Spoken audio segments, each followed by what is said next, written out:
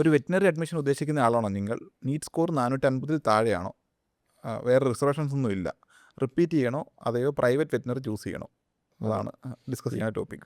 മിക്കവർക്കും ഈ 450 കിട്ടുന്ന ഒരു 1 ഇയർ റിപ്പീറ്റിന് ശേഷം ആയിരിക്കും അല്ലേ?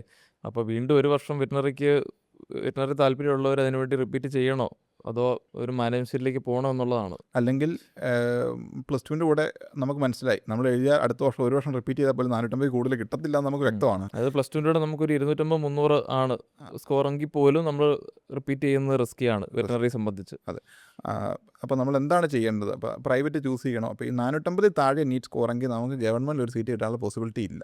അതെ, അതാണ് നമ്മൾ മനസ്സിലാക്കേണ്ടത്. അതെ. അതിനുവേണ്ടി പിന്നെ വെയിറ്റ് ചെയ്യണം. നിങ്ങൾ ഡിസിഷൻ എടുക്കുക. നിങ്ങൾക്ക് റിപ്പീറ്റ് ചെയ്യാൻ പോകണോ, അതോ നിങ്ങൾക്ക് എവിടെയെങ്കിലും മാനേജ്മെന്റ് സീറ്റ് നോക്കണമെന്നുള്ളത് ഓരോരുത്തരുടെയും പേഴ്സണൽ കൺസേൺ തന്നെയാണ്. നമുക്കൊരിക്കലും നിങ്ങൾ ഇന്നത് ചെയ്തോന്ന് പറയാൻ പറ്റില്ല. അതെ. പക്ഷെ എന്നാലും നമ്മൾ പരിഗണിച്ചിരിക്കേണ്ട കുറേ ഫാക്ടേഴ്സ് ഉണ്ട് ഇതിനകത്ത്. അതെ, എന്ന് പറഞ്ഞാൽ പ്രൈവറ്റിൽ 8 കോളേജുകളാണ് അവൈലബിൾ ആയിട്ടുള്ളത്. നമുക്കൊരു 6 lakhs പെർ ഇയർ ഫീസും പ്ലസ് ഹോസ്റ്റൽ ഉണ്ടെങ്കിൽ നമുക്ക് പ്രൈവറ്റ് സെക്ടറിൽ അഡ്മിഷൻ കിട്ടാനുള്ള ഏറ്റവും ബെസ്റ്റിൽ ഇന്ത്യയിലെ ഏറ്റവും ബെസ്റ്റ് കോളേജിൽ നിങ്ങൾക്കൊരു ഗവൺമെൻറ് പഠിച്ചതിനേക്കാളും സ്മൂത്തായിട്ട് പഠിക്കാൻ പറ്റുന്ന കോളേജ് ഇന്ത്യയിൽ. അതായത് നിയർലി ഒരു BDSന്റെ ഫീസേ ആവുന്നുള്ളൂ. ഇപ്പോൾ MBBSനെ സംബന്ധിച്ച് നമുക്ക് കുറച്ചുകൂടെ ബുദ്ധിമുട്ടാണ്. കാരണം ഇപ്പോൾ ഗവൺമെൻറ് കിട്ടിയില്ല, പിന്നെ നമുക്ക് ചിലപ്പോൾ മുടക്കേണ്ടി വരുന്ന ഒരു 1 CR ഒക്കെ ആയിരിക്കും, അല്ല 1.5 CR ഒക്കെ ആയിരിക്കും.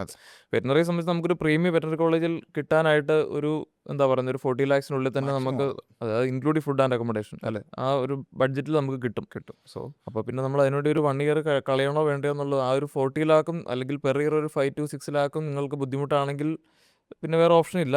ബട്ട് അപ്പോഴും ഈ 450 എന്നുള്ളത് ഒരു 550 റേഞ്ചിലോട്ട് എത്തിയാലാണ് നിങ്ങൾക്കൊരു ഗവൺമെൻറ് അഡ്മിഷൻ കിട്ടുള്ളൂ. അതെ, നിങ്ങൾക്ക് ഗവൺമെൻറ് അഡ്മിഷൻ കിട്ടാനുള്ള പോസിബിലിറ്റി ഇല്ലെങ്കിൽ ഈ പറഞ്ഞ ഏറ്റവും ബെസ്റ്റ് നോക്കി ആദ്യം തന്നെ ഈ വെറ്റിനറി കോളേജുകളിൽ ഒരു പ്രൈവറ്റ് വെറ്റിനറി കോളേജ് ചൂസ് ചെയ്യുമായിരിക്കും വെറ്റിനറി എന്ന ഫീൽഡിലേക്ക് പോകാൻ താല്പര്യമുണ്ട് നിങ്ങളുടെ ഏക ഓപ്ഷൻ. അതെ, പിന്നെ നിങ്ങൾക്കൊരു 350-400 ആ റേഞ്ച് സ്കോർ ഉണ്ടെങ്കിൽ ഈ പറയുന്ന ചില കോളേജുകൾ ഈ മാർക്കിനനുസരിച്ചുള്ള ചെറിയ സ്കോളർഷിപ്പുകൾ കൊടുക്കുന്നുണ്ട്. അതിൻ്റെ ഒരു അഡ്വാൻറ്റേജ് നിങ്ങൾക്ക് എടുക്കാം. അതെ.